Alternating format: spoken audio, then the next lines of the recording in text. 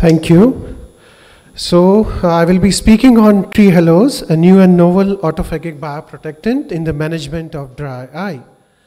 So as we all know that dry eye is a multifactorial disease of tears and ocular surface, and it causes discomfort, visual disturbances and tear film instability and damaging the ocular surface, and the incidence is of 5 to 50% all over the world. Prevalence is seen more in females, especially in the age group of more than 45 years, and recently increased dependence on the digital devices further increases the prevalence of the dry eye because of the incomplete blinking leading to tear film instability. And so multi-pronged approach for treating the tear insufficiency, lid abnormalities and ocular surface inflammation and dietary changes and environmental modifications are much needed.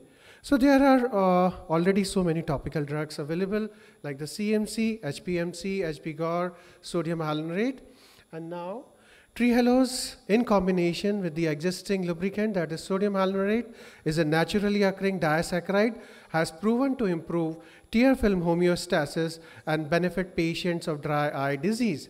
So what is the mechanism of action of this drug? It increases autophagy. It protects the cultured human corneal epithelial cell membrane, and it prevents cell death from desiccation and preserve normal cellular morphology and functions of cell membrane and their proliferative activity. And at the molecular level, this new kid on the block works as cryoprotective agent by preventing crystallization of protein hydration water. So what has been clinically done and what different we did? So there are many randomized clinical trials. Most studies, they have inadequate sample size or patients were not followed for long enough time. And only Chidambra et al., they evaluated more than 100 patients.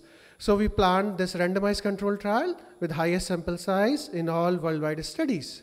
So participants were the 15 to 74 age group, coming to the ROPD, complaining of dryness, watering, grittiness, burning and hyperemia. OSDI of more than 0.9, Schirmer of less than 10 millimeter, T-BUT of less than 10 seconds, and patients with chronic drug intake were also included. Exclusion criteria were prior ocular surgery, any previous ocular lubricants, use of anti-glaucoma medication, and then randomization was done. And clinical assessment was done by doing the OSDI questionnaire, 0 to 12 normal, more than 13 to 22 mild EED, and more than 23 to 32 moderate, and more than 33 were treated as severe dry eye disease. And then Schirmer test, T-BUT, and Van Bisserwald's conjunctival staining score was done, and patients were followed on 4th and 8th week respectively. So these were our results. Female were 59% and male were 41%. And when we compare the Schirmer test values in the VOS eye in eyes receiving Trehalose versus the standard therapy, so from the baseline and at the end of the 8th week, there was a clinical significant p-value between the Trehalose group, and Trehalose proves better. And also there was a significant p-value difference in comparing the tear film breakup time. So again, Trehalose fares well. But when we compare the tear film height, so it was better in the Trehalose group, but there was no significant p-value difference in both the group.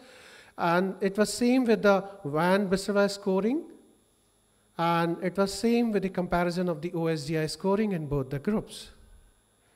So the Schirmer et al., they said that the this sodium hyaluronate Trehalose is effective and safe with better patient satisfaction than the existing sodium hyaluronate alone.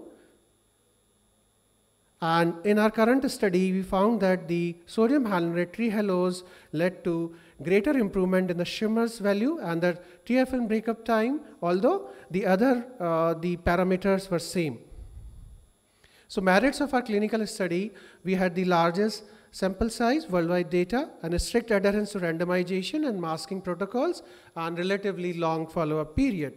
Demerits, lack of use of more sophisticated tools for tear film assessment, which might influence the subjective OSDI score. Thank you so very much, and it recently got published last year only.